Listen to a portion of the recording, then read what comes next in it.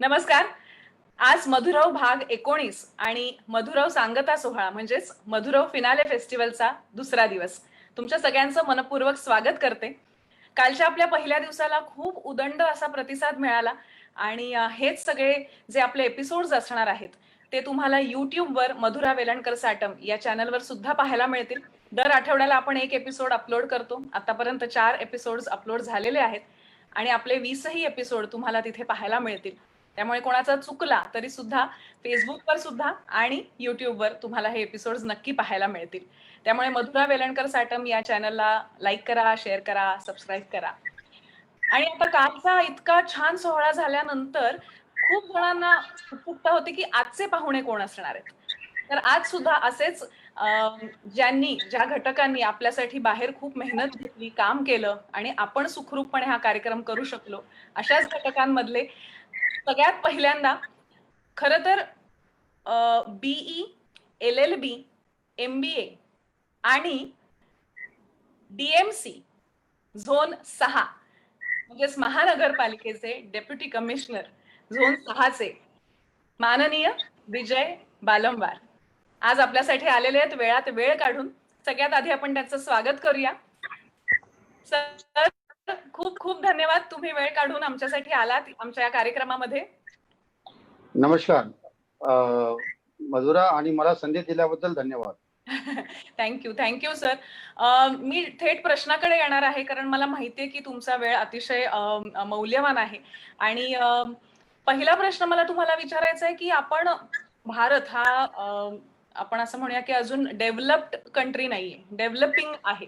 त्यामुळे कुठेतरी विकास होतो आहे आपला आणि त्यामध्ये ही सगळी परिस्थिती ओढावली आहे. म्हणजे खरं तर जगभरातच ही परिस्थिती ओढावली आहे आणि अमेरिका, लंडन जिथे अतिशय उत्तम अशी आरोग्य व्यवस्था आहे त्या लोकांचे सुद्धा खरं तर खूप पंचायत झालेली आहे. हे सगळं कसं हाताळायचं सगळ्यांच्याच कल्पनेबाहेरच आहे आणि त्यांना सुद्धा ते अवघड गेलंय. तर आपल्या देशामध्ये ही अचानक आलेली परिस्थिती, ही सगळं हाताळणं हे खरंच कठीण आहे. तर तुम्हाला एक महानगरपालिका आणि इतकं अचानक सगळं अंगावर आल्यावर हे सगळं तुम्ही कसं सांभाळलत किंवा काय काय प्रेशर्स होती तुमच्या मागे?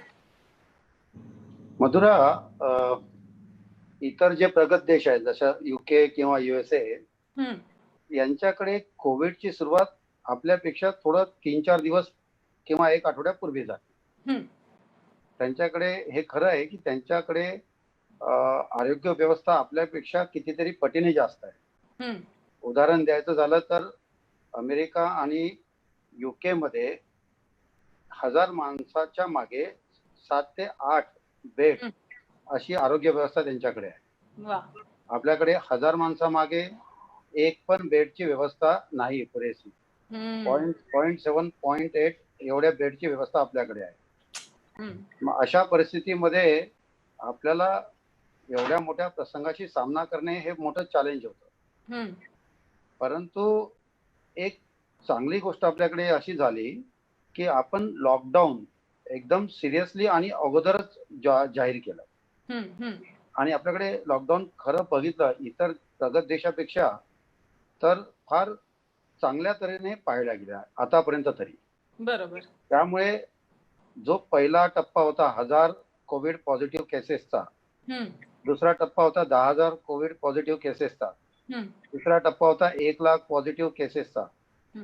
हा तिन्ही टप्पे या इतर प्रगत देशापेक्षा आपण फार नंतर पार केले. बरोबर. त्यामुळे आपल्याला एक मोठा कालावधी मिळाला या सगळ्या परिस्थितीशी सामना करण्याकरता. आणि अशा सगळ्या परिस्थितीशी सामना करताना जो काही आपल्याला वेळ मिळाला त्या वेळेमध्ये आपण इतर सगळ्या व्यवस्था आपण हळूहळू करू शकलो. बरोबर. वेळ फार जास्त मिळाला असं म्हणता येणार नाही, पण जो काही वेळ मिळाला तो फार महत्वाचा वेळ होता आणि आपल्याला सगळी व्यवस्था आपल्याला तयार करायला तो कालावधी पुरेसा होता. आणि मुंबई महानगरपालिका यांच्या म्हणजे इथे आपल्या अशी महानगरपालिका आहे, भारतात 3-4च महानगरपालिका आहे त्यांच्याकडे स्वतःचे मेडिकल कॉलेजेस आहेत, स्वतःचे मेडिकल हॉस्पिटल्स आहे, मोठे हॉस्पिटल्स आहे.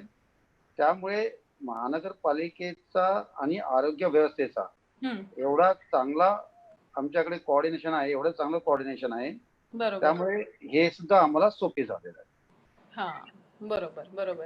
पण मला तुम्हाला अजून एक विचारायचं आहे सर, की खरं तर अचानक ही जबाबदारी आली आणि एवढंच नाही तर अचानक वेगवेगळ्या गोष्टींवर सुद्धा तुम्हाला लक्ष केंद्रित करावं लागलं. म्हणजे कंटेनमेंट एरिया मध्ये सिक्युरिटी म्हणून पोलीस जरी असले तरी सुद्धा तिथे दुकानं बंद होती, घरातले बाहेर पडू शकत नव्हते, बाहेरचे आत जाऊ शकत नव्हते.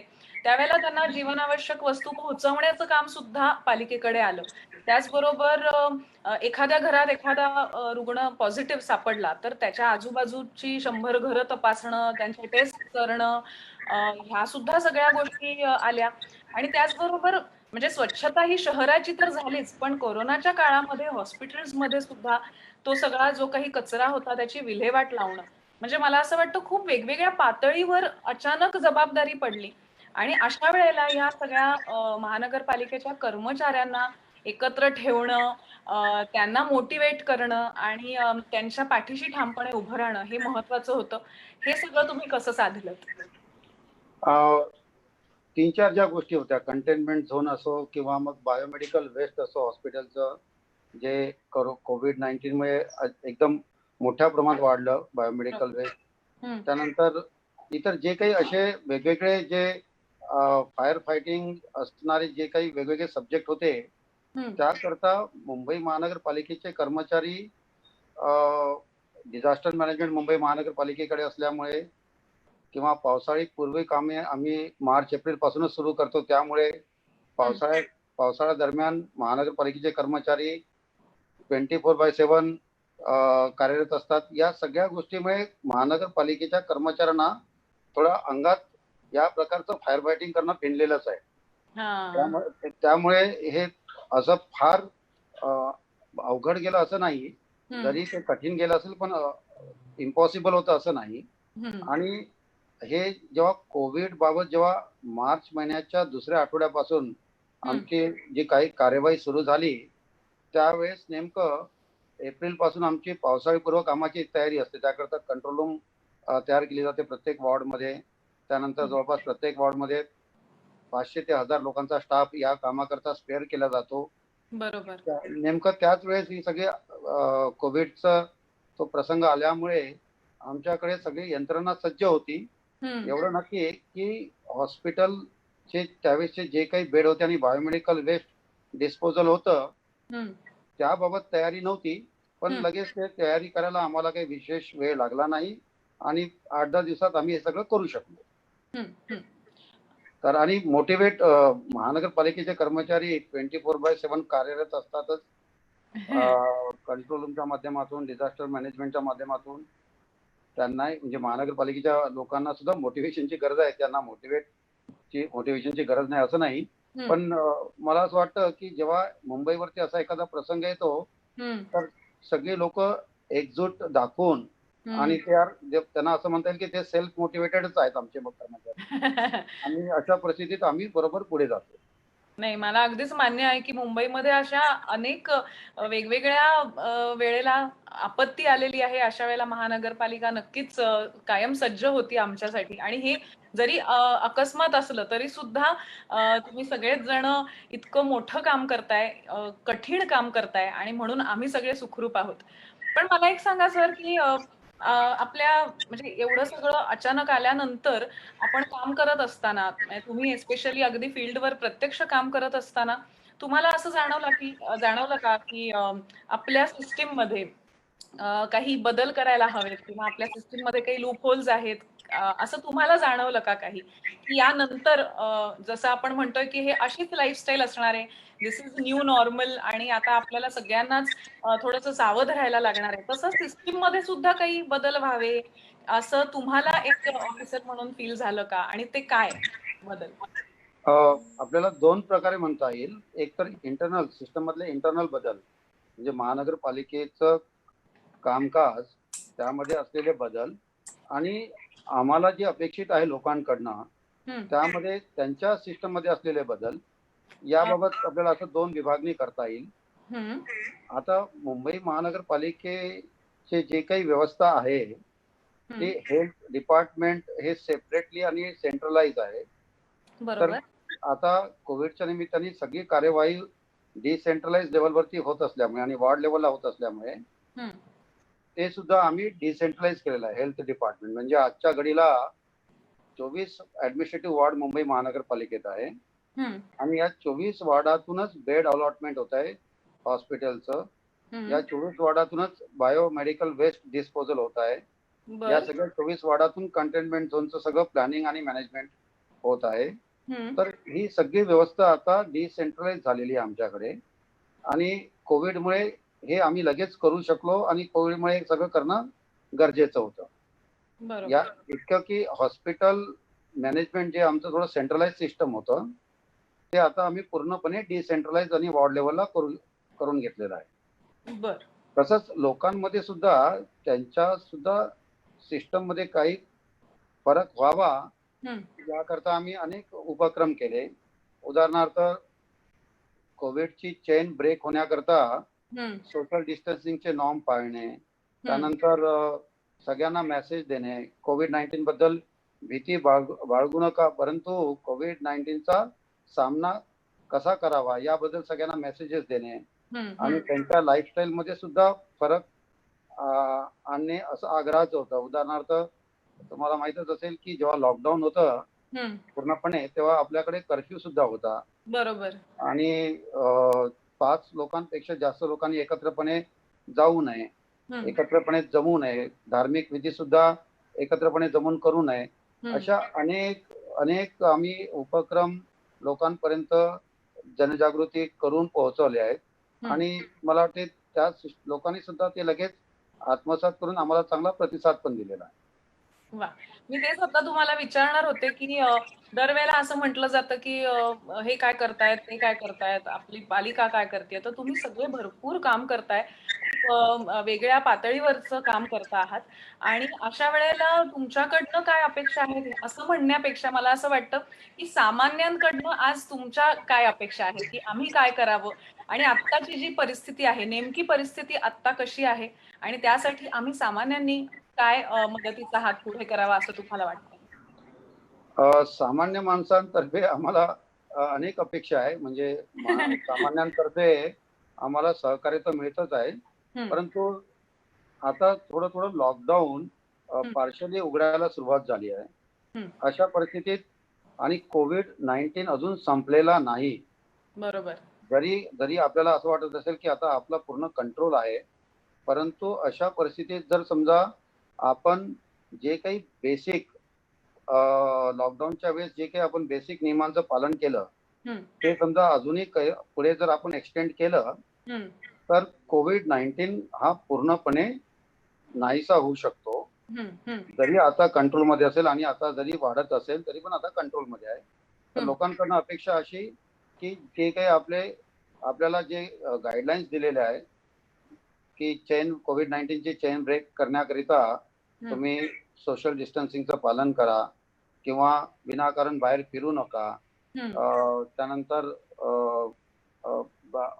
वेळीच तुम्ही औषधं घ्या जर तुम्हाला जर ताप आला असेल तर, किंवा तुम्ही मेडिकल कॅम्प मध्ये जर स्पेशली स्लम मध्ये आम्ही ठिकठिकाणी मेडिकल कॅम्प घेतो आहे, तिथे जाऊन तुम्ही तुमची तपासणी करून घ्या. अशा आम्हाला अनेक अपेक्षा लोकांकडनं आहे. आतापर्यंत तरी सगळ्यांकडनं आम्हाला सहकार्य मिळते आहे, परंतु यापुढे असंच जर मिळालं तर नक्की कोविड-19 वरती पूर्णपणे नियंत्रण आम्हाला करता येईल. नक्कीच सर, थँक्यू सो मच. तुम्ही इतकं छान गाईड केलं आम्हाला आणि मला खात्री आहे की प्रेक्षक जे बघतायत ते नक्कीच ह्याचं पालन करतील. आणि आता आमच्या कार्यक्रमामधनं सगळेच जण व्यक्त होतात लिखाणातून आणि अशीच एक कविता आल्यानंतर मला तुमची आणि तुमच्या सगळ्या विभागाची आठवण आली, म्हणून ही कविता तुमचं कौतुक करण्यासाठी सादर करते. पुण्याहून स्नेहा दाते जोशी हिने ही कविता लिहिलेली आहे. कवितेचं नाव आहे मावळा. हा लढा वेगळाच होता, हा लढा वेगळाच होता, मानवता जपण्याचा, संकटे परतवण्याचा, जाणीवा फुलवण्याचा, माणसे जगवण्याचा.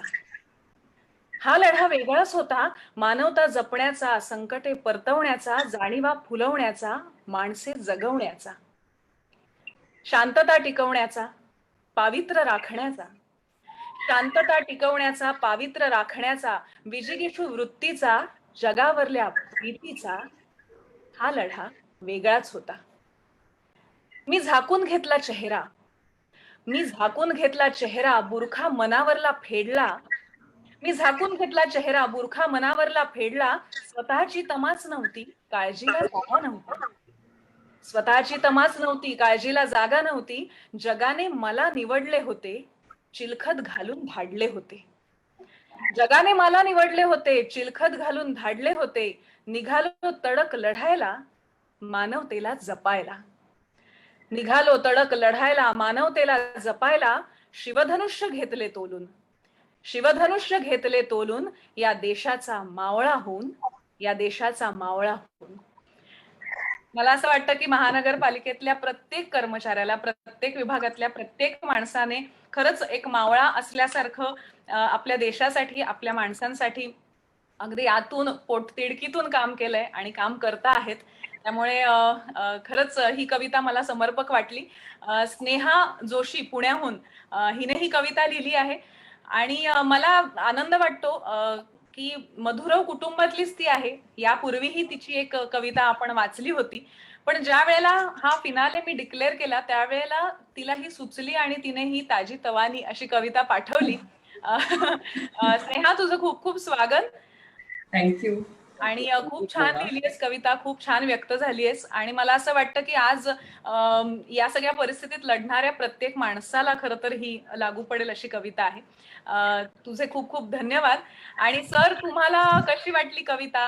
हे आमच्याकडनं तुमचं कौतुक होतं. तुमच्या प्रत्येक मी असं म्हणेन की प्रत्येक मावळ्याचं आमच्या मधुरव टीम कडनं हे कौतुक होतं. तुम्हाला आवडलं का? एकदम एकदम. अँड थँक्यू स्नेहा, एवढी छान कविता तुम्ही आमच्याकरता लिहिली त्याबद्दल धन्यवाद. Thank you sir. आणि सर, तुम्ही मधुरव या कार्यक्रमात आलात आणि तुमचा वेळ दिलात आणि खूप छान आम्हाला मार्गदर्शनही केलं, परिस्थितीची जाणीव करून दिलीत आणि तुमचं इतकं मोठं आणि मोलाचं काम सुद्धा आमच्यापर्यंत पोहोचवलं. पण आपले प्रेक्षक सुद्धा हे बघतायत आणि मला फक्त एक जाता जाता त्यांच्या काही प्रतिक्रिया तुमच्यापर्यंत पोहोचवायच्या आहेत.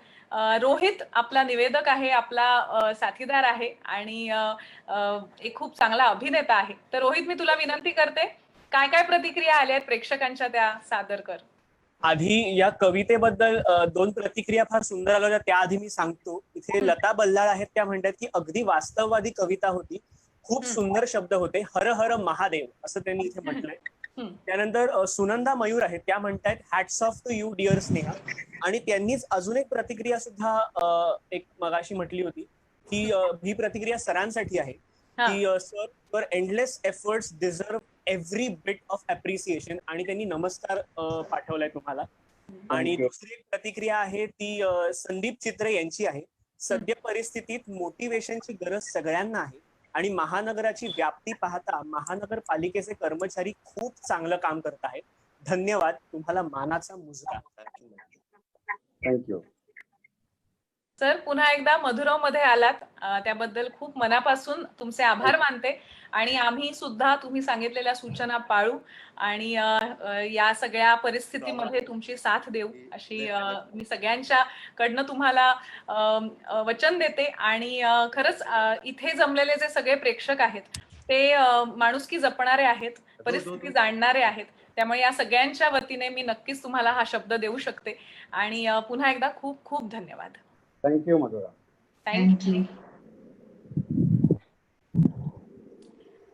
तर आपल्या मधुरव कार्यक्रमातला हा होता दुसरा हिरा आणि आता आपण वळणार आहोत आपल्या तिसऱ्या हिऱ्याकडे. खरं सांगायचं तर अजून म्हणजे असा एक घटक की ज्यांनी खूप मोलाची कामगिरी बजावली या सगळ्या परिस्थितीमध्ये आणि ते म्हणजे प्रसार माध्यम. वेगवेगळ्या पद्धतीने आपण काय चाललंय हे घरात बसून बघू शकत होतो आणि मला असं वाटतं की आपल्याला घरात बसणं, बंदिस्त होणं हे तर महत्वाचंच होतं आणि कंपल्सरी होतं. पण बाहेरच्या जगात काय चाललंय हे सांगणारी ही मंडळी होती आणि ती स्वतः घरात बसली नव्हती, ती बाहेर पडली होती. आणि मला असं वाटतं की आपण पोलिसांना भेटलो, महानगरपालिकेच्या ऑफिसर्सना भेटलो, या मध्ये किंवा आणि सरकार या सगळ्यांमध्ये आणि आपल्यामध्ये असलेला दुवा ही मंडळी होती. म्हणूनच आपण काय घडतंय हे जाणू शकलो, आपण काय पाळायचंय, आपण कशी काळजी करायची घ्यायची आहे स्वतःची, हे सगळंच आपण जाणून घेऊ शकलो ते यांच्यामुळे.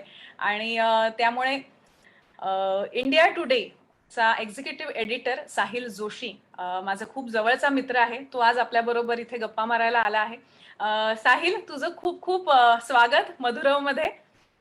थँक्यू. पहिल्यांदा मी आलो इकडे. मी ऍक्च्युली फेसबुकवर बघितले 2-4 एपिसोड आणि मला खूप आवडेल ऍक्च्युली. बघूया तू काय विचारतेस. या वेळेला माझी परीक्षा आहे. कारण मला असं वाटतं की आतापर्यंत आम्ही तुम्हाला बघतो इतरांना प्रश्न विचारताना टीव्हीवर, आणि आता मला तुला प्रश्न विचारायचे आहेत. पण नक्कीच मी तुला विचारेन. मी तुला अगदी कॉलेज पासनं बघतेय की तू इतकी वर्ष याच फील्डमध्ये आणि अतिशय उत्तम काम करतोयस, नेटाने आणि सातत्याने चांगलं काम करतोयस. मला असं विचारायचंय की तुम्ही ज्या वेळेला चॅनल थ्रू बातम्या पोहोचवत असता त्यावेळेला वेगवेगळ्या विषयांच्या आणि जगभरात घडणाऱ्या गोष्टी तुम्ही आमच्यापर्यंत पोहोचवत असता, आणि त्यामुळे त्याच्यात वैविध्य असतं, नाविन्य असतं. पण मला असं वाटतं की अख्ख्या जगामध्ये सुद्धा सध्या कोरोना हा एकच विषय चालू आहे. भारतामध्ये सुद्धा गेले जवळजवळ 3 महिने हाच विषय चालू आहे.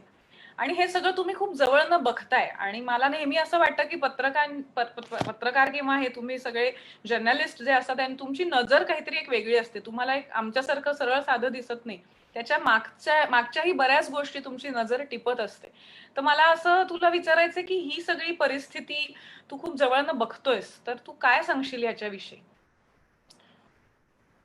सगळ्यात आधी जेव्हा कोविड-19 ची सुरुवात झाली तेव्हा चायनामध्ये आधी सुरुवात झाली होती आणि त्यावेळेस इथे कोणाला वाटलंच नव्हतं की भारतात सुद्धा अशी परिस्थिती येईल. आणि याच्या पूर्वी सुद्धा कोविड-19 सारखे जे रोग आहेत ते पसरले होते. सार्स असेल किंवा इबोला असेल अशा टाईपचे ते पसरले होते, पण त्याची भारताला कधी लागण झाली नव्हती. कारण त्यावेळेस अशी परिस्थिती होती की भारताचा संपर्क जगाशी खूप जास्त नव्हता. म्हणजे असं नाही की भारतीय बाहेर जात नव्हते, पण आता ज्या पद्धतीने मोठ्या प्रमाणात लोक बाहेर जातात किंवा ओव्हरऑलच जगामध्ये एका देशातून दुसऱ्या देशात जाणं, कामानिमित्ताने, फिरण्यानिमित्ताने या सगळ्या गोष्टी आता खूप वाढलेल्या आहेत.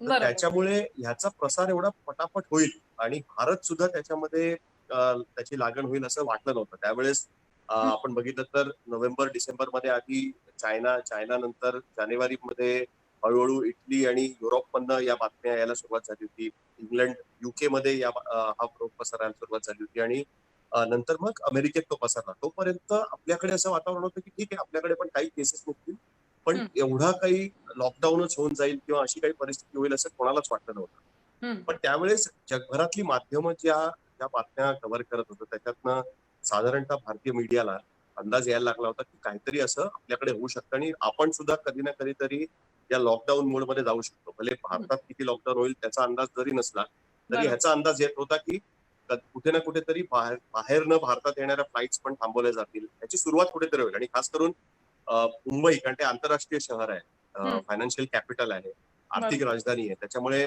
मुंबईमध्ये येणारा लोड खूप असतो. म्हणजे इनकमिंग जे लोक असतात ते खूप येतात. खूप इंटरनॅशनल फ्लाईट्स मुंबईत येत असतात. अनेक जण जे मिडल ईस्ट मध्ये किंवा बाकीच्या ठिकाणी काम करायला जातात ते मुंबईत येतात किंवा मुंबई थ्रूच ते सगळ्या ठिकाणी जातात. त्यामुळे मोठ्या प्रमाणात लोक मुंबईत लँड होत होते त्यावेळेस आणि हळूहळू त्याची कुठेतरी एक आपल्याला चाहूल लागली होती की हे भारतात सुद्धा पसरू शकतं. तर तेव्हापासून आमचं खरं रिपोर्टिंग सुरू झालं होतं. पण ते किती दिवस चालेल याची गॅरंटी नव्हती. नॉर्मली काय होतं की कुठलीही ती घटना घडल्यानंतर त्याचं जसं 26/11 मुंबईवरती अटॅक झाला 2008 मध्ये, त्याचं पण कार्पेट कव्हरेज म्हणतात त्याला, की पूर्ण वेळ एकच बातमी चालत राहते. साधारण महिनाभर ती बातमी चालली होती, कारण एवढा मोठ्या प्रमाणात हल्ला झाला होता, अनप्रेसिडेंटेड असा अटॅक होता, त्याच्यामुळे त्याच्या बातम्या चालल्या होत्या. पण कोविड ही गोष्ट इतके महिने फक्त एकाच आजाराच्या आजूबाजूला, रोगाच्या आजूबाजूला बातम्यांचं कव्हरेज चालू राहील असं त्यावेळेस वाटलं नव्हतं. आणि मग त्याच्यात हळूहळू अनेक अँगल निघत गेले. बरोबर. सुरुवातीला इथपासून सुरुवात झाली की लॉकडाऊन कशा पद्धतीने चाललाय, त्याच्यानंतर त्याच्यावरती काही औषध शोधण्याची प्रक्रिया सुरू झाली आहे का, त्याच्याबद्दल काय काय जगभरात प्रयोग चालू आहेत, भारतात काय प्रयोग चालू आहेत, भारतामध्ये आता वेगवेगळी राज्य, केंद्र सरकार काय निर्णय घेत आहे, लॉकडाऊन झाल्यानंतर लोकांची काय परिस्थिती बदलते, त्याच्यानंतर त्याचे आर्थिक परिणाम कशा पद्धतीने होत आहेत. म्हणजे खास करून आपण मुंबई आणि महाराष्ट्रात बघितलं की मुंबई आणि महाराष्ट्रात, कारण मुंबई आणि महाराष्ट्र ही म्हणजे महाराष्ट्र खास करून प्रगतिशील राज्य आहे. इकडे मोठ्या प्रमाणात उद्योगधंदे, त्याच्यामुळे जे काम करायला लोक इकडे येतात वेगवेगळ्या राज्यात, त्या सगळ्यांचं अर्निंग बंद झालं होतं. म्हणजे रोजगार पूर्णपणे बंद झाला होता, त्यांचं जाणं सुरू झालं होतं. तर प्रत्येक वेळेस नवीन नवीन पदर या गोष्टीचे उघडत जात होते. लॉकडाऊन झालं, लॉकडाऊन नंतरचा इफेक्ट, वेगवेगळ्या वर्गातल्या लोकांवरती त्याचा जो काही इम्पॅक्ट होतोय तो, असे सतत काही ना काही नवीन गोष्टी घडत होत्या. बरोबर. गोष्ट अशी होती की प्रत्येक जण नवीन ह्याच्यातनं काहीतरी शिकवत होता, कारण कोणीही ह्याच्यासाठी तयार नव्हतं. ते महानगरपालिका असेल, हेल्थ सर्व्हिसेस, आपल्या आरोग्य सेवा असतील, राज्य सरकार असेल, केंद्र सरकार असेल, बाकीच्या सगळ्या सिस्टीम आपली पूर्ण जी होती ती नवीन नवीन शिकत होती, किंवा आतापर्यंत जे त्यांनी जगात बघितलंय त्याच्यातनं ते शिकत होते. त्याच पद्धतीने आम्ही सुद्धा त्याच्यातनं शिकत होतो बऱ्याचशा गोष्टी, मेडिकल टर्म्स खास करून. कारण नॉर्मली मेडिकल किंवा आरोग्य विषयक गोष्टींचं रिपोर्टिंग फारसं होत नाही. फार निश अशा पद्धतीचं रिपोर्टिंग असतं. अनेक वेबसाईट्स त्या कव्हर करतात की ज्या स्पेसिफिकली फक्त मेडिकल ह्याच्याबद्दल कव्हरेज करतात. हा पॅन्डेमिक त्याला नाव दिलं गेलं, किंवा आपण म्हणू तर एपिडेमिक, हा जो प्रादुर्भावाने पसरणारा जो पूर्ण रोग आहे, साथीचा रोग, ते काय आहे, कशा पद्धतीने आहे. कारण अशी ही जगातली अनेक वर्षानंतर आलेली ही फार मोठी अशी आपत्ती होती की ज्याच्या वेळेस पूर्ण जग त्याच्या मध्ये लपेटलं गेलं होतं. आणि त्याच्यामुळे त्याचा आवाका पण प्रचंड मोठा होता. आणि त्याच्यामुळे ते रिपोर्टिंग करताना त्याचं जे आपण म्हणतो की जबाबदारी सुद्धा खूप जास्त महत्वाची होती. कारण एकच सोर्स होता लोकांपर्यंत बातमी पोहोचवण्याचा, तो टेलिव्हिजन किंवा डिजिटल माध्यम. करेक्ट बंद झाली होती आपल्याकडे. त्याच्यामुळे पूर्ण लक्ष तुमच्याकडे होतं. तुम्ही काय बातमी देताय, कुठून बातमी सोर्स करताय, कुठच्या पद्धतीने तुम्ही ती प्रेझेंट करताय. सुरुवातीला तर प्रत्येक वेळेस नवीन नवीन येणारे आकडे सुद्धा तुम्हाला फार हे करणारे होते, की आधी काही 10 जण प्रादुर्भाव व्हायचा, नंतर मग हळूहळू मुंबईत रोज 100 लोकांचा प्रादुर्भाव व्हायला लागला, मग 500, 1000, 2000 पर्यंत रोजच्या रोज लोक त्याच्यामध्ये हे व्हायला लागले, संक्रमित व्हायला लागले. तर एकेका पद्धतीने त्याचं प्रेशर वाढत होतं. त्याच्यामुळे ही गोष्ट ही अनप्रेसिडेंटेड होती. म्हणजे आतापर्यंत कोणीही अशा पद्धतीने कव्हरेज कधी केलं नव्हतं. जे आम्ही कव्हर करत होतो आम्हाला सुद्धा शिकण्यासारखं होतं, आम्हाला सुद्धा अपडेट ठेवायला लागायचं स्वतःला. आणि ही फार मोठी प्रोसेस होती खरं बघायला. त्याच्यामुळे हा अनुभव म्हणून फार वेगळा, आणि अजूनही हे संपलेलं नाहीये. म्हणजे आता आपण बोलतोय, आता सुद्धा आपल्याला माहित नाहीये की हे कधी संपणार आहे. अजूनही ह्याच्यावरती लस सापडलेली नाहीये, अजूनही ह्याच्यावरती व्हॅक्सिनेशन सापडलेलं नाही. त्यामुळे आपल्याला माहित नाहीये हे कधी संपणार आहे. ही अशी एक गोष्ट आहे की त्याचा अंत आता माहित नाही आपल्याला. म्हणजे हे कधीपर्यंत आपल्याला करत राहायला लागणार आहे, कशा पद्धतीने करत राहायला लागणार आहे. आता जेव्हा लॉकडाऊन आता मला वाटतं बारंबार होते, तर ते सांगत होते की आता आम्ही लॉकडाऊन ओपन करणार. म्हणजे सरकार आता ओपनिंग अप प्रोसेस सुरू करत आहे. मिशन बिगिन अगेन, पुनश्च हरिओम असं काहीतरी नाव दिलंय त्यांनी. ही प्रोसेस ते आता सुरू करणार आहे. त्याच्यामधनं आता काय काय होत जाणार आहे, हे नवीन गोष्टी करणार आहेत. अनेक गोष्टी 3 महिन्यानंतर उघडतील, त्याचं एक नवीन कव्हरेज असेल पूर्ण. खूप वेगळ्या पद्धतीच्या गोष्टी आहेत. आणि ह्याच्यामध्ये आम्हाला सुद्धा अनेक गोष्टींचं वाचन करायला लागलं, समजून घ्यायला लागल्या. मेडिकल टर्म्स, मेडिकल या गैरसमजुती त्याच्यातल्या पसरत होत्या, त्या कशा पसरून ह्याच्यावर सुद्धा आम्हाला लक्ष द्यायला लागत होतं. एक वेगळ्या पद्धतीचं पूर्णपणे कव्हरेज होतं असं मला वाटतं, आणि आहे, अजूनही चालू राहील. बरोबर. मी तुला ऍक्च्युली आता हेच विचारणार होते की आता सगळे घरी आहेत, कोणाला काय कळत नाहीये, कधी संपणार, कधी ह्यातनं आपण बाहेर पडणार, आणि बाहेर पडल्यानंतर काय चित्र असणार आहे. त्यामुळे कुठेतरी सगळेच जण थोडेसे वल्नरेबल आहेत. आणि अशा वेळेला म्हणजे व्हॉट्सअप म्हण, इन्स्टा म्हण, किंवा इतर सुद्धा अनेक माध्यमं आहेत प्रसाराची की ज्याच्यामधनं मेसेजेस येतात आणि बऱ्याच बातम्या येतात. तर मला असं वाटतं की काही जण अशी आहेत की जी बातमी न वाचता सुद्धा त्यावर विश्वास ठेवून ते फॉरवर्ड करतात. ती बातमी खरी आहे का खोटी आहे हे न बघता. किंवा अनेकदा असं होतं की हे आलेलं खोटंच असणार, त्यामुळे कदाचित एखादी खरी बातमी सुद्धा मिस होऊ शकते. तर मला असं विचारायचंय की म्हणजे how do you deal with fake news? म्हणजे मला असं वाटतं की तुम्ही कसं कन्फर्म करता? आणि मला हे सगळ्यांनाच सांगायचं या निमित्ताने की आपण फार पटकन विश्वास ठेवतो किंवा अजिबात विश्वास ठेवत नाही, जे दोन्ही घातक होऊ शकतं. तर अशा वेळेला ही खरी आहे बातमी, ही बरोबर आहे, हे कन्फर्म करून आपण ते लोकांपर्यंत पोहोचवायला पाहिजे, ही आपली रिस्पॉन्सिबिलिटी आहे. जसं तू आता म्हणालास की या परिस्थितीत तुम्ही रिस्पॉन्सिबल आहात या गोष्टीला, की काय गोष्ट लोकांपर्यंत पोहोचते. तर मला तेच विचारायचं की how do you fight with it, fake news बरोबर? हा अत्यंत महत्वाचा प्रश्न आहे खरं बघायला गेलं तर. आणि चांगलं आहे की तू ह्याच्याबद्दल बोलतेस, कारण न्यूज आली की फेक न्यूज सुद्धा आजकाल फार मोठ्या प्रमाणात पसरली जाते. आणि सोशल मीडियाचा प्रसार ज्या पद्धतीने झालाय त्याच्यानंतर फेक न्यूज पसरवणे सोपं झालंय. फेक न्यूज काही आत्ताच सुरू झाली असं नाही, अफवा पूर्वी सुद्धा पसरायच्या. तुला आठवत असेल तर एकेकाळी गणपतीला दूध पाजण्याची अफवा पसरली होती, आणि त्याच्यानंतर तेव्हा तर काही मोबाईल नव्हते, व्हॉट्सअप नव्हतं किंवा काही नव्हतं, पण तरी ती अफवा पसरलीच होती. बरोबर. आणि टेलिव्हिजन माध्यमं पण त्यावेळेस नव्हती, त्यामुळे अफवा पसरणं ही गोष्ट जुनीच आहे, त्याच्यात नवीन काही नाही. पण आता त्याचं अॅग्रेशन जास्त वाढलेलं आहे आणि ते पसरवणं सोपं झालेलं आहे. फार पटकन लवकर या सगळ्या गोष्टी पसरू शकतात. तर आता त्याच्यामध्ये असं आहे की खरं तर एक आपल्याला स्वतःला आता एक सवय घालून घ्यायला लागेल. कुठलीही गोष्ट आपल्याला फॉरवर्ड झाली तर पटकन त्याच्यावर विश्वास ठेवायचा का, ठीक आहे. आणि बऱ्याचदा त्याची सुरुवात पण एक कॉमन पद्धतीची असते की हे तुम्ही कुठेच ऐकलं नसेल वगैरे. जर कुठेच ऐकलं नाही तर इथे कसं काय मी ऐकतोय, याचा पण आपण कुठेतरी विचार केला पाहिजे. अशाच पद्धतीच्या या सुरुवात असतात. कुठेतरी प्रोपगंडा पसरवण्याचा प्रयत्न आहे का, हे पण त्याच्यामध्ये बघितलं पाहिजे. नॉर्मली हे सगळे असे सगळे जे मेसेजेस असतात ते आयदर घाबरवण्यासाठी असतात, बरोबर. काहीतरी तुम्हाला आपण ज्याला म्हणतो की चेतावणी देणं म्हणतात, तशा टाईपचे असतात, अलार्मिंग टाईपचे असे मेसेजेस असतात. बरोबर. किंवा तुम्हाला अशी क्युरिओसिटी वाटली पाहिजे की अरे हे कुठेच कसं नाही. म्हणजे जर असतं तर कोणीतरी ही गोष्ट सांगितली असती की ठीक आहे, प्रसार माध्यमांनी सांगितलं नसेल तर मग कमीत कमी शासनाने सांगितली असती, तुमच्या ऍडमिनिस्ट्रेशननी सांगितली असती, पोलिसांनी सांगितली असती, कोणीतरी ही गोष्ट सांगितली असती, मेडिकल फॅटर्निटीने सांगितली असती. त्याच्यामुळे त्या गोष्टी आपण चेक केल्या पाहिजेत. आणि आता ह्याचा अवेअरनेस पण खूप वाढत चाललाय. म्हणजे उदाहरणार्थ आता तू बघशील तर अनेक प्रसार माध्यमांनी, म्हणजे खास करून टेलिव्हिजन चॅनल्सनी किंवा मीडिया ऑर्गनायझेशन्सनी एक फॅक्ट चेक नावाची एक नवीन हे सुरू केलेली. आणि ह्या एवढ्या फसव्या गोष्टी आहेत की त्याच्यामध्ये बऱ्याचदा मीडिया सुद्धा त्याला बळी पडलेली, असं नाहीये की नाही पडले. खोटे फोटोग्राफ्स किंवा चीनमध्ये एखादी घडलेली घटना महाराष्ट्रात किंवा मुंबईत घडलेली घटना म्हणून खपवायची, असे व्हिडिओज पसरणं वगैरे. तुम्हाला त्यातला उद्देश एकदा लक्षात आला की तुम्हाला लक्षात येतं की याच्यावर किती विश्वास ठेवायचा आणि किती नाही ठेवायचा.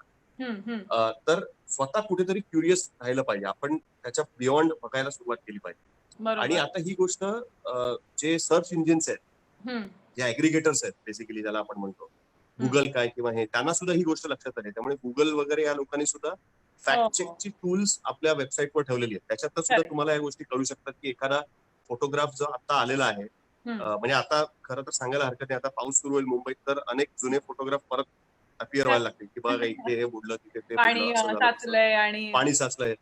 या गोष्टी शोधणं फारसं कठीण नाहीये. गुगल सारख्या सर्च टूल ह्याच्यावरती सुद्धा तुम्हाला या गोष्टी सापडतील की कसं तुम्ही हे शोधू शकता, काय करू शकता वगैरे. आणि त्याचे अनेक कोर्सेस सुद्धा अवेलेबल आहेत. आणि खास करून शहाण्या सुरत्या लोकांनी जे स्वतःला शिकलेले समजतात त्यांनी तरी कमीत कमी त्याला बळी पडू नये. तरच म्हणजे, कारण एक कॉमन सेन्स असतो आपला माणसाकडे, तो वापरला तर आपण फॅक्ट चेक कुठल्याही अशा अफवांना बळी पडणार नाही, किंवा ज्या चुकीच्या बातम्या पसरवल्या जातात व्हॉट्सअप माध्यमातून त्याला आपण बळी पडणार नाही. पण हे खरं आहे आणि खूप सांभाळून त्याच्यामुळे या गोष्टी करायला लागतात. सारख्या सारख्या त्या चेक करून घ्यायला लागतात, समजून घ्यायला लागतात की हे पॉसिबल आहे का. आता या पण बातम्या येतील की हे तुम्ही औषध वापरा ज्याच्यामुळे करोना होणार नाही वगैरे वगैरे. तर असं काही नाहीये. वेगवेगळ्या हेल्थ ऑर्गनायझेशन्स आहेत, WHO आहे, वर्ल्ड हेल्थ ऑर्गनायझेशन असेल, मुंबई महानगरपालिकेने अनेकदा ट्विट्स करायला सुरुवात केलेली आहे या सगळ्या गोष्टींबद्दल. तर तुम्ही ज्या ऑथेंटिक गोष्टी आहेत त्यांच्याकडे जाऊन त्या बघून त्या डबल चेक करणं एखादी गोष्ट, डायरेक्ट विश्वास ठेवण्याच्या आधी, डोळे बंद करून विश्वास ठेवण्याच्या ऐवजी हे जर केलं तर त्याचा खूप फायदा होईल बरोबर. बेसिकली. Correct correct. आणि आता एक शेवटचा प्रश्न तुला मला विचारायचा आहे की तू स्वतः सुट्टी घेतली नाहीस, तू फील्डवर होतास आणि धारावी सारख्या एरियामध्ये जाऊन सुद्धा तू स्टोरी कव्हर केली होतीस, तर त्या अनुभवाविषयी काय सांगशील?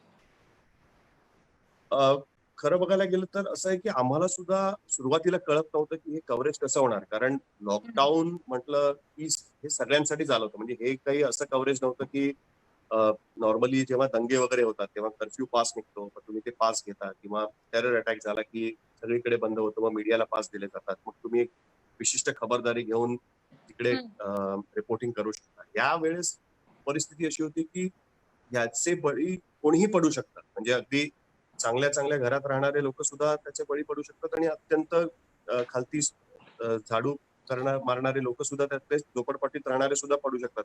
बरोबर. कुठलाही वर्ग हे वर्ग, त्याचा स्तर. काही संबंध नाही त्याचा. हम्म. त्यामुळे तुम्ही काय काळजी घ्यायची की त्याच्यामुळे तुम्ही बळी पडणार नाही, ह्याचं काही हे नाही. तुम्ही कितीही काळजी घेतली तरी सुद्धा तुम्हाला त्याची लागण होऊ शकते. होऊ शकते. पण बरोबर. तरी सुद्धा जास्तीत जास्त काळजी घेऊन कमीत कमी स्वतःला त्याच्यामध्ये एक्सपोज करून सुद्धा आपलं काम करत राहणं, हे एक आमच्यासाठी चॅलेंज होतं. आणि त्याची सुरुवात बऱ्याच मीडिया ऑर्गनायझेशन्सनी केली होती. आमच्याकडे सुद्धा आम्ही ज्याला आपण म्हणतो की जोड्या बनवल्या होत्या, की कॅमेरा पण रिपोर्टरची जोडी. त्यांनी सगळ्यांनी सेपरेट राहायचं, कोणी ऑफिसला किती लोकांनी यायचं, तेवढ्याच लोकांनी त्यांनी मग बाहेर जायचं नाही. जे बाहेर जाणारे रेग्युलर लोक होते त्यांनी ऑफिसला यायचं नाही. कमीत कमी लोकांशी संपर्क कसा राहील, आता आपण जसं झूमवर बोलतोय फेसबुकवरती, तशा पद्धतीने इंटरव्ह्यूज करायचे, त्या पद्धतीने संपर्क ठेवायचा. नवीन नवीन गोष्टी शिकलो. पण शेवटी कसं आहे की एक गोष्ट, जसं तू आधी म्हणालीस की आम्हाला बऱ्याचशा गोष्टी दिसतात, हे त्या कॉमन सेन्सने दिसतात, आणि त्याच्यामुळे आम्हाला ही गोष्ट लवकर कदाचित लक्षात आली असेल की आता नवीन पद्धतीने जगण्याची सवय करून घ्यायला लागणार आहे. बरोबर. आपल्याला ह्याच्या बरोबर ह्याची सवय करून घ्यायला लागणार आहे, कारण आपल्याला माहित नाही की हे कधी संपेल पूर्णपणे. असं काही अनाऊन्स होणार नाही की चला आता उद्यापासून संपलं, असं काही होणार नाही. तर आपल्याला त्याची सवय करून घ्यावी लागणार आहे कुठे ना कुठेतरी. आणि त्याची सुरुवात कुठे ना कुठेतरी मीडियाने आधीच केली होती. असं नाही की आमच्यातले सुद्धा लोकांना त्याची लागण झाली नाही. इनफॅक्ट एप्रिलमध्ये मुंबईमध्ये मीडियासाठी एक ड्राईव्ह ठेवली होती टेस्टिंगची, आणि त्याच्यामध्ये 53 पत्रकार हे पॉझिटिव्ह निघाले होते त्याच्यावर. चांगली गोष्ट अशी की ते असिम्टमॅटिक होते, त्यांना काही सिम्पटम्स नव्हते, त्याच्यामध्ये लगेच बरे झाले. पण ह्याचा अर्थ असा की एक्सपोजर होतं कुठे ना कुठेतरी, म्हणूनच ती लागण झाली होती. हे त्याच्यातनं क्लिअर झालं होतं. तर त्याच्यातनंच आम्ही ते सुरुवात केलं. मी जेव्हा धारावीला गेलो तेव्हा सुद्धा अनेक मिसकॉन्सेप्शन्स होते की कसं तिकडे होत असेल, कारण ती सगळ्यांना हीच होती की कारण मुंबई सारखं शहर की तिकडे लोकसंख्येची घनता खूप खूप मोठ्या प्रमाणात आहे, अत्यंत दाटीवाटीने लोक राहतात. आपल्याकडे एक अशी कॉन्सेप्ट आहे, common toilets, common bathroom, common आपण नळ वापरतो पाणी पिण्यासाठी आणि या सगळ्या गोष्टी. त्याच्यामुळे एकमेकांशी संपर्क आपला मोठ्या प्रमाणात येत असतो, खास करून या सगळ्या भागामध्ये. तर हे खूप मोठं चॅलेंज होतं, आणि तिकडे ते काम कसं चाललंय ते लोकांपर्यंत पोहोचवणं फार आवश्यक होतं. आणि त्याच्यासाठी म्हणून मी तिकडे गेलो होतो, आणि अशाच सगळ्या भागांमध्ये मी तिकडे फिरलो होतो. मी काय अनेक जण गेले असतील, पण एक वेगळाच अनुभव होता, कारण हे वेगळंच जग त्यावेळेस बघत होतं. कारण नॉर्मली त्या सगळ्या भागामध्ये एवढी गर्दी, आणि हे त्या ठिकाणी सतत लोकांना आतमध्ये ठेवणं, तिकडचे पोलीस अधिकारी असतील किंवा महानगरपालिकेच्या आशा वर्कर्स आहेत, ज्या 3,500 रुपयामध्ये तिकडे कॉन्टॅक्ट ट्रेसिंगचं काम करत होत्या. म्हणजे त्यांचं काय योगदान असेल विचार कर. 3,500 रुपये महिन्याला मिळतात त्यांना, आणि त्या बायका रोज तिकडे कामाला यायच्या धारावीमध्ये. एखाद्या घरामध्ये एखादा माणूस पॉझिटिव्ह सापडला तर आजूबाजूच्या 100 घरांचा सर्व्हे करून तिकडे त्याचं टेम्परेचर वगैरे चेक करून त्यांना त्या गोळ्या आणि या सगळ्या वाटण्याचं काम त्या करत होत्या. म्हणजे अशा पद्धतीचे लोक खालती काम करत होते की अत्यंत कमी पैशामध्ये सुद्धा खालती फूड सोल्जर काम करत होते. त्यांची कुठेतरी माहिती पोहोचवणे फार आवश्यक होतं, आणि हा फार वेगळा अनुभव होता खरं बघायला गेलं. आणि मला वाटत नाही की बियॉन्ड कॉल ऑफ ड्युटी ज्याला आपण म्हणतो की खरं तर जेव्हा सगळेजण घरी घाबरून घरी बसत होते, आवश्यकच होतं ते, मी असं नाही म्हणत की बाहेर पडावं लोकांनी, पण तरी सुद्धा त्या काळात सुद्धा आपलं कर्तव्य करण्यासाठी अक्षरशः 3,500 रुपये ह्याच्यामध्ये काम करणारे आशा वर्कर्स बाहेर पडत होते. ही फार मोठी गोष्ट आहे, आणि ही अनाकलनीय गोष्ट आहे. तरी सुद्धा त्या सगळ्या गोष्टी जोखीम घेऊन त्या गोष्टी म्हणजे त्या काम करत. बरोबर, नक्कीच. मला असं वाटतं या सगळ्यांसाठी सुद्धा आम्ही कालच्या भागामध्ये एक कविता वाचली होती. तर मला असं वाटतं या सगळ्यांसाठी सुद्धा आपण टाळी वाजवायला पाहिजे खरं तर. कारण या सगळ्यांनीच खूप जीव धोक्यात घालून ही मेहनत केलेली आहे. त्यामुळे त्यांच्यासाठी आपण टाळी वाजवूया. आणि साहिल, ऍक्च्युली तू ज्यावेळेला धारावीमध्ये गेलास त्यावेळेला आपला एक फोन झाला होता आणि त्यावेळेला मी एक माझा अनुभव अगदी काही शब्दात लिहिला होता. तर आज तो मी वाचणार आहे. कारण आम्ही या कार्यक्रमामध्ये वाचतो काहीतरी लिहिलेलं, व्यक्त केलेलं. तर नेमका तूच आज आलेला आहेस आणि हे मी स्वतः लिहिलेलं आहे. तर मी अगदी थोडक्या शब्दात तर वाचते. टीव्हीवर बातम्या लावून घरातली कामं करत होते. ओळखीचा आवाज ऐकला, तडक बाहेर आले. बाहेर येऊन बघते तर धारावीची कव्हर स्टोरी. आणि आपलं कोणीतरी तिथे जाऊन ते कव्हर करतंय हे पाहिलं आणि मी परत कामाला लागले. अस्वस्थ होते. अस्वस्थता जास्त झाल्यावर फोन करावासा वाटला, पण आता फोन करू शकणार नाही ह्याचं भानही होतं. थोड्या वेळाने फोन करून विचारलं, अगदी काळजीने आणि थोडं ठणकावून सुद्धा, का गेलास तू तिथे? एवढं महत्वाचं होतं का? दुसरं कोणी? प्रश्न सुरू केले आणि क्षणभर स्वतःचीच लाज वाटून थांबले. समोरून आवाज आला फक्त, दुसरं कोणी? दुसरं कोणी नाही म्हणून नाही मी आलो. हे माझं काम आहे, कर्तव्य आहे आणि ते मनापासून मला करायचंय. काळजी घे हं. एवढंच म्हणून आमचा फोन संपला. मग 2-2 दिवसांनी फोन करून सुखरूपता जाणून घेत होते. त्याच्या आवाजात ना ओलावा ना भीती. वाटलं कशाने बनलाय हा माणूस. यांची नजर वेगळीच असते. यांना प्रत्येक गोष्टीमध्ये काहीतरी दिसत असते.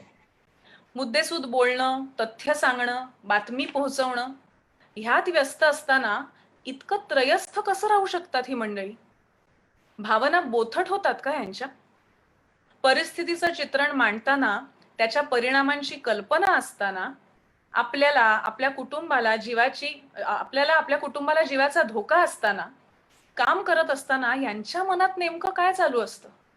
आणि मग ते चेहऱ्यावर शब्दातून ही माणसं व्यक्त का नाही करत? असे विचार मनात घोळतच होते. आणि दुसऱ्या दिवशीच फोन आला. घाबरून बिथरून गेलेले, आपल्या गावी परत चाललेले घोळके, त्यांचे हाल, त्यांची परिस्थिती, त्यांची करुणता सगळ्याचं वर्णन त्याने माझ्यापाशी केलं. आणि मग म्हणाला, तू असतीस तर डोळ्यात पाणीच आलं असतं तुझ्या. पाहू शकली नसतीस हे सगळं. थेट तोंडावर सरळ भाषेत नसलं तरी त्याच्या मनातली जाणीव माझ्या मनाला उमगली, समजली. आणि या त्याच्या प्रवासात त्याचं माणूसपण त्याने जिवंत ठेवलंय ह्याचा मला अभिमान वाटला. थँक्यू. हे तुझ्यासाठी माझ्याकडून आणि सगळ्या प्रसार माध्यमातल्या सगळ्या मंडळींसाठी ज्यांनी खरंच जीवावर उदार होऊन तिथे जाऊन प्रत्यक्षपणे हे सगळं आमच्यापर्यंत पोहोचवलं. आणि म्हणून आम्ही कुठेतरी घरामध्ये सुखरूपही होतो, काळजीतही होतो, पण तरी सुद्धा कुठेतरी दिलासा देण्याचं आणि माहिती पुरवण्याचं दोन्ही काम तुम्ही केलं. त्यामुळे खूप खूप आभार. आणि आता आपण जरा प्रतिक्रिया बघूया. तू सगळं एवढं सांगितलंयस त्याच्यावर काय काय प्रतिक्रिया आहेत त्या बघूया. रोहित, वाचशील प्रतिक्रिया काय आल्यात, काय कमेंट्स आल्यात? लगेच संदीप चित्रेंची पहिली कॉमेंट होती की wow Sahil Joshi, the information you are sharing is amazing and hats off to you all, you should take a bow. त्याच्यानंतर उमेश थत्ते आहेत, ते म्हणाले की आत्ताच्या परिस्थितीत माध्यमांची भूमिका फार महत्वाची आहे, त्यामुळे हा संवाद घडवून आणला त्याबद्दल मनपूर्वक धन्यवाद. आणि उज्ज्वला रहाणेंची खूप सुंदर कॉमेंट आली आहे. सर, सुंदर माहिती मिळाली. आम्ही फक्त पेपर वाचतो व खेदाची गोष्ट म्हणजे तिथल्या तिथेच ती बातमी विसरतो, पण एक बातमी वाचकांपर्यंत पोहोचवण्यामागे तुमचे किती कष्ट आहे याची आज कल्पना आली. धन्यवाद. ऍक्च्युली जे लोक बघत होते त्यांचे पण आभार, कारण त्यांनी ही गोष्ट समजून घेतली. नॉर्मली असं होतं की माध्यम ज्या पद्धतीने कव्हर करतात त्याच्याबद्दल बऱ्याचदा आम्हाला ऐकून पण खूप घ्यायला लागतं. पण ठीक आहे, माहिती आता पण मला असं वाटतं, मला सांग साहिल, असं असतं ना काही जण, म्हणजे मला नेहमी असं वाटतं की एक न्यूज आल्यानंतर मग असे तेच धारधार शब्द असतात, ते मांडण्याची पद्धत अशी असते काही काही जणांची की साधारण घाबरवून टाकतात, किंवा त्याने खूप निगेटिव्हिटी येते आणि मग ते बळ मिळण्यापेक्षा घाबरून जाऊन बापरे नकोच त्या बातम्या बघायला, दिवसातनं एकदा आपलं काय चाललंय बघूया तेवढं बास झालं, ही भावना जी तयार होते ना, त्याविषयी तुझं काय मत आहे? नाही, असं आहे की शेवटी बघा, आपल्याकडे चॉईस आहे प्रत्येकाला. आणि मला असं वाटतं की अनेक वर्षापासून महाराष्ट्रामध्ये किंवा कुठे भारतामध्ये अनेक पद्धतीची वर्तमानपत्र असतात. तर आपण वाचून वाचून आपल्याला कळतं की आपण हे वर्तमानपत्र वाचायचं की ते वर्तमानपत्र वाचायचं. प्रत्येकाची बातमी लिहिण्याची आणि मांडणीची, त्याची ती लोकांपर्यंत पोहोचवण्याची पद्धत वेगळी असते. काही जणांचा टोन, ज्याला आपण म्हणतो अलार्मिंग टोन असतो. म्हणजे एखादी बातमी की आता लॉकडाऊन होणार आहे, आपलं पंतप्रधान पण करतात ना की आज रात को 8 बजे से, आता ते अलार्मिंग टोन आहे. त्याच्यामध्ये अनेक जण घाबरून पण जात असतील की, पण कधी कधी तो आवश्यकही असतो की की लोकांनी खरोखरच घरी थांबावं, कारण ती परिस्थिती तशी आहे. आणि त्याच्यामुळे पण शक्यतो बातम्या पोहोचवताना त्या तटस्थपणेच गेल्या पाहिजेत, कारण त्याचा टोन पण कुठेतरी तटस्थपणाचा असणं आवश्यक आहे. बरोबर. कारण काय बातमी आहे ते इम्पॉर्टंट आहे, त्याचा टोन इम्पॉर्टंट नाही. एखादी बातमी म्हणजे एखादी घटना घडली आणि त्याच्यामध्ये अनेक लोक गेले, तर ते तुम्ही शांत आवाजात सांगितलं तरी सुद्धा त्या बातमीचं महत्व काही कमी होत नाही, कारण ती घटनाच मोठी असते. त्याच्यामुळे ते वेगवेगळे पदर आहेत, प्रत्येक जण आपापल्या पद्धतीने ते लोकांपर्यंत पोहोचवतात. आणि तू म्हणतेस ते अगदी चुकीचं आहे असं मी नाही म्हणत, की बऱ्याचदा असं होतं की ओव्हर द टॉप रिपोर्टिंग ज्याला आपण म्हणतो, अशा पद्धतीचं रिपोर्टिंग पण होतं, ते नाहीच होत असं नाही. पण मला वाटतं की प्रेक्षक हुशार आहेत, ज्याला दर्शक प्रेक्षक आपण जे काही म्हणू त्याला, ते हुशार आहेत. त्यांना कळतं की कुणाचं ऐकायचं कोणाचं नाही ऐकायचं. रिटॉरिक नावाचा ज्याला शब्द आहे इंग्लिशमध्ये, मला आता मराठी शब्द एक्झॅक्ट आठवत नाहीये, पण रिटॉरिक नावाचा एक शब्द आहे, रिटॉरिक. एखाद्या गोष्टीचं आपण रिटॉरिक तयार करतो, तर त्याच्यातनं लक्षात त्याला किती बळी पडायचं हे खरं प्रेक्षकांनी समजून घेतलं पाहिजे. ते समजतं त्यांना हळूहळू. बरोबर. पण हो, हे बरोबर आहे. मी असं नाही म्हणणार की अजिबात अशा गोष्टी होत. थोडंसं घाबरवणं होतं लोकांना. आणि खास करून कोविड सारख्या परिस्थितीमध्ये जेव्हा सगळेच जण चाचपडत होते, तेव्हा तर ते घाबरणं जास्त बाहेर पडत होतं. कुठेतरी ती आमची पण, आमच्या बोलण्यात पण जाणवत होतं, कारण आम्ही स्वतः सुद्धा थोडंसं आतमध्ये धाकधूक तर असतेच प्रत्येकाला ना, की काय नक्की आहे ते नीट समजलेलं नसल्यामुळे बऱ्याचदा ते पण असतं. पण त्यातनंच मार्ग काढणं आवश्यक असतं. करेक्ट. वा, खूप छान वाटलं. आम्ही सुद्धा म्हणतो हे आमच्या बाबतीमध्ये सुद्धा, की डेली सोप्स चालू असतात त्यावेळेला प्रेक्षक रस्त्यात वगैरे भेटतात आणि म्हणतात काय तुमची सिरियल बंद करा.